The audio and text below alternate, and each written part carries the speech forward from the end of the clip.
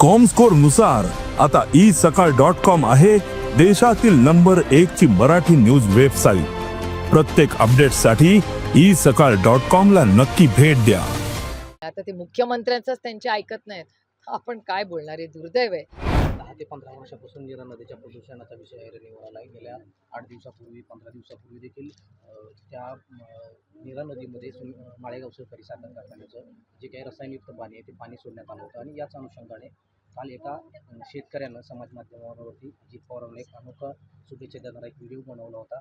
मात्र सातत्यानं तुम्ही असाल, अजित पवार असतील, पवार साहेब असतील, यांनी आश्वासनं देऊन देखील हा मुद्दा त्या ठिकाणी प्रलंबित आहे। शेतकऱ्यांचं जे उत्पन्न आहे, एकरी उत्पन्न हे घटत चाललंय।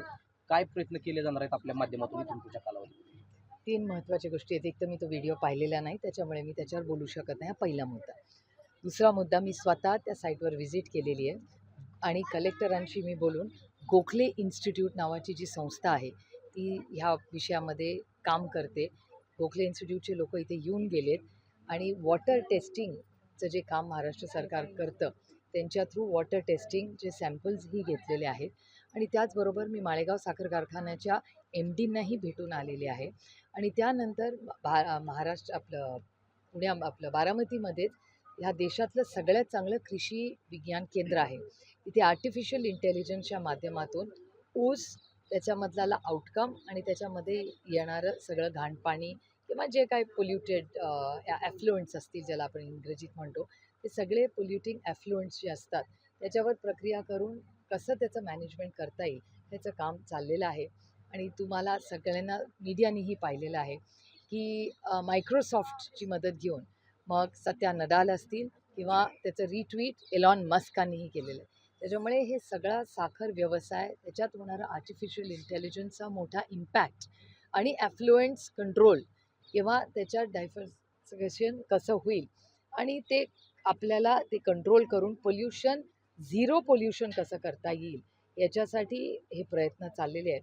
आणि माळेगावची जी केस आहे ही पूर्णपणे तुम्ही म्हणताय ती रास्त आहे, ती बरोबर आहे। मी स्वतः त्याच्यात लक्ष घातलेलं आहे आणि सगळ्यांचाच, हा काही राजकीय विषय नाही, हा एक महत्त्वाचा सामाजिक विषय आहे।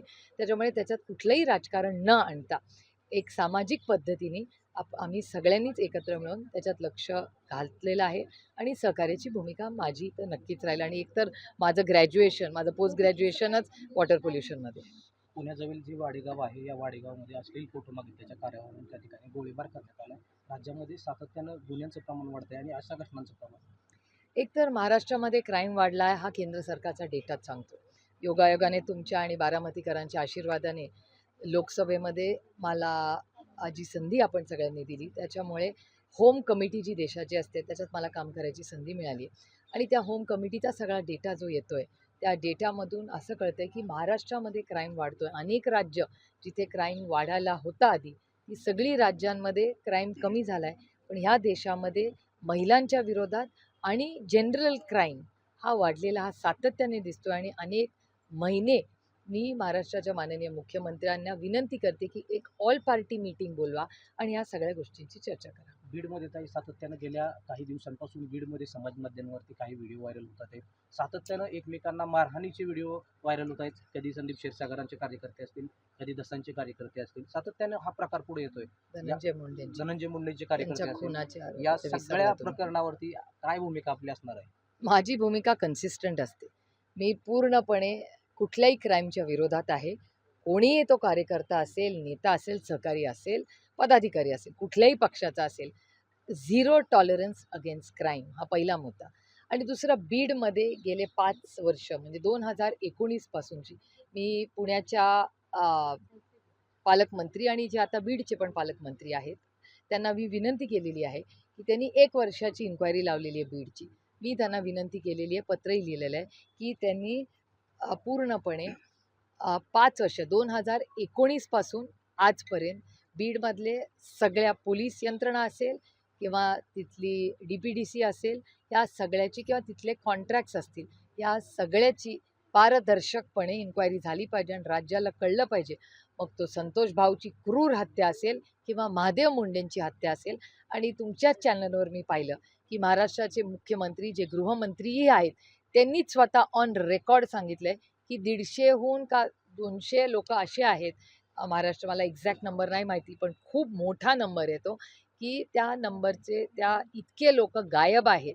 म्हणजे त्याच्यामुळे हे धक्कादायक आहे, की इतके वर्ष 6 वर्ष इथल्या नेतृत्वाने की ज्या पद्धतीने तो क्राईम वाढू दिला, त्याच्यामुळे जो सुरेश धसांचा शब्द आहे, आकाच्या आकाचा आका, हे कोण सगळे आका आहेत आणि त्यांचे आका कोण आहेत, हे महाराष्ट्राला पारदर्शकपणे कळलं पाहिजे. सरकारमधलेच मंत्री सातत्यानं 2 समाजात असतील किंवा 2 धर्मात तेढ निर्माण करण्यासारखं वक्तव्य त्या ठिकाणी बोलत आहेत.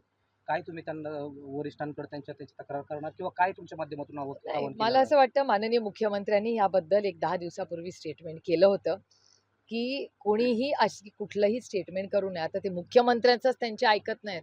आपण काय बोलणार आहे? दुर्दैव आहे, की सुसंस्कृत महाराष्ट्रामध्ये, कैलासवासी यशवंतराव चव्हाणांच्या महाराष्ट्रामध्ये हे वाचाळवीर दुर्दैवाने रोज वाढत चाललेत. हे महाराष्ट्राच्या हिताचं नाही. मला नाही माहिती बाबा. मला 4 वाजता बोलवलं होतं, मी 4 वाजता आले होते. मला दुसरं ललिताई चाकणकर यांनी देखील उद्घाटन केलं आणि त्यानंतर तुम्ही नाही, मग तो प्रश्न मला नाही, तुम्हाला प्रशासनाला विचारायला लागेल. तो माझा नाही. मला 4 वाजता बोलवलं होतं, मी स्थानिक खासदार म्हणून 4 वाजता आले आणि मला पत्र लिहिलं होतं. मी त्या पत्राचा मान-सन्मान करून आलेले आहे. बाकीचं मला काही माहिती नाही आणि हा प्रश्न जर 2 वेळा झाला असेल, तर तुम्हाला प्रशासनाला विचारावं लागेल. बीडमधला जो खाके भोसले आहे त्याला पोलिसांनी अटक केली. मात्र काल वन विभागाने त्याच्या घरावरती बुलडोझर फिरवल्यानंतर काल अज्ञात 20 ते 25 इसमांनी त्याच्या घरातील महिलांवरती हल्ला केला गेला. त्यांच्याकडून आता न्याय मागितला जातोय. काय भूमिका? नाही, नाही. भूमिका काय? त्याच्यात भूमिकेचा विषयच नाही. हा देश कोणाच्या मनमर्जीने चालत नाही, संविधानाने चालतो. त्यामुळे बीड जिल्ह्यामध्ये हे जे 10-15 लोक आहेत, ज्यांच्यामुळे बीडची इतका सुसंस्कृत आणि चांगला जिल्हा आहे बीड.